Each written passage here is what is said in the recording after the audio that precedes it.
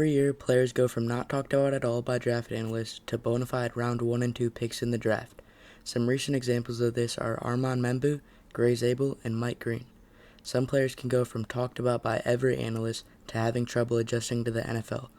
Players like Marvin Harrison Jr. and Kyle Pitts were both top 5 picks and have had trouble adjusting to the NFL from college.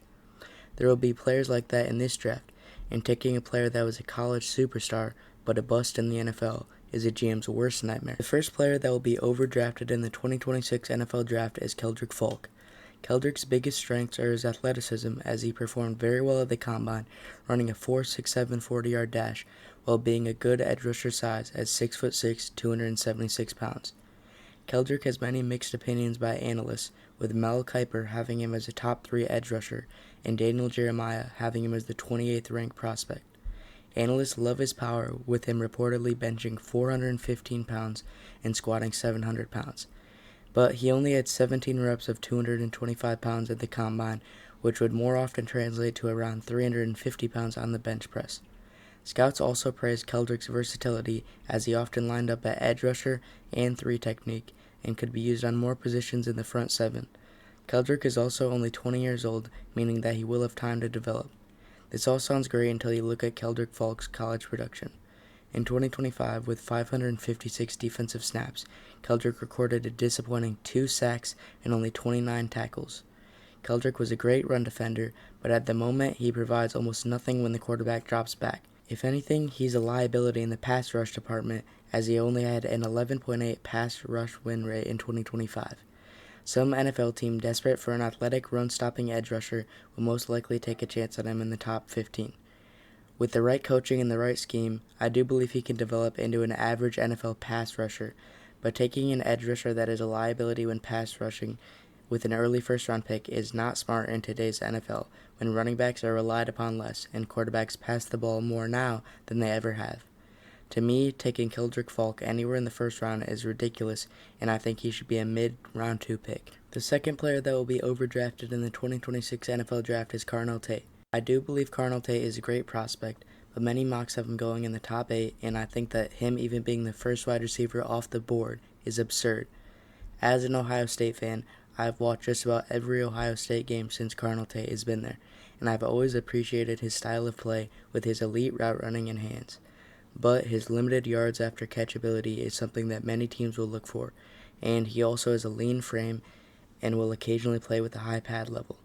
He's not the fastest player, but if you watch his tape, he looks fast on tape, and his route running more than makes up for it. I still believe that Carnell is an elite prospect with a very high floor, and I think when he steps foot into the league, he has the potential to be a top 10 to 15 wide receiver. But I think that if you are the Browns at 6 or the Saints at 7, there could be better options available like Jordan Tyson, Jeremiah Love, and Sonny Styles. If I had to choose where Carnell Tate should go, I still think he should go in the top 12, as he is an elite prospect that I think will pan out in the NFL. But I don't agree with him being wide receiver 1 over Jordan Tyson, and I don't think he should be placed in a tier above the elite defensive players in this class. The third player that will be overdrafted in the 2026 NFL Draft is Monroe Freeling.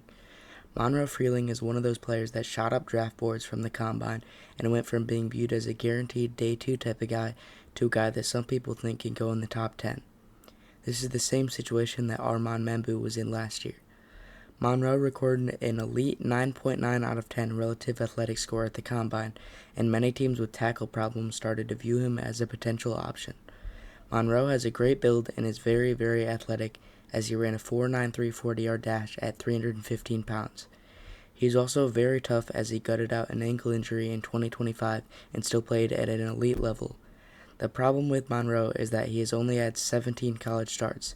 This can make it a lot harder for him to adapt to NFL edge rushers if he has only limited college experience.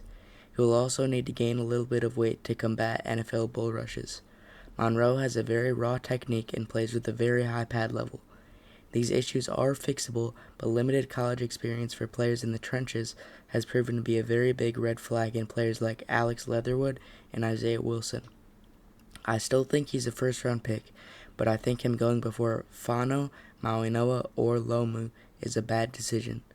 Many analysts have him going to the Lions at 17 or even the Browns at 6. For me, a good destination for him would be the Eagles at 23.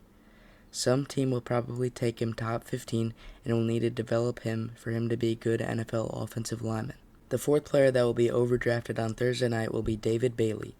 Unlike Keldric Faulk, David Bailey had elite college production, leading a great Texas Tech Red Raiders defense to the playoffs. Bailey had 14.5 sacks and 3 forced fumbles, elite numbers for an edge rusher. Bailey was versatile as well, as he would drop into coverage sometimes. He has an elite pass rushing bag as well as an exceptional first step. I think he'll be a great player in the NFL, but when you watch his bend versus Ruben Baines, it's a night and day difference between who can efficiently get around tackles at the NFL level. Bailey is also relatively undersized at only 251 pounds, and this frame might hurt his run-stopping ability at the next level. Purely based off the tape, this guy looks like Myles Garrett, and I do think he is a top 5 to 7 prospect, but I think he should be taken more at the 5 to 6 range after Ruben Bain and Arvell Reese. The last player that I think an NFL team will overdraft is Mansoor Delane. Almost all NFL analysts view Delane as the number 1 corner in the class, and I'm not necessarily saying I disagree with that. What I am saying is that taking him anywhere in the first 7 picks is one of those moves that works towards getting a GM fired. Mansoor excels at recognizing routes, and he plays very smart on the field with a high football IQ. He is a ball hawk, finishing his college career with 8 interceptions and over 40 pass breakups. But he falls for double moves a lot, and he has a very lean frame as he is under 190 pounds. Although he isn't the most athletic corner, I do think NFL teams can work around this as he is very fast on tape. I believe Mansoor Delane is the best corner in the class, but as with Bailey, I do not think he should be taken over elite prospects like Ruben Bain, Sonny Styles, Jeremiah Love, or even Jordan Tyson. I think he should be taken somewhere between 9 and 13. The NFL team that chooses him won't regret it if he is the best player available, but taking him before Ruben Bain, which has been mocked many times, will prove to be one of the worst draft moves of the year. These are all the players I think will be overdrafted in the 2026 NFL Draft. Thanks for watching this video, and if you want more NFL videos, put suggestions in the comments.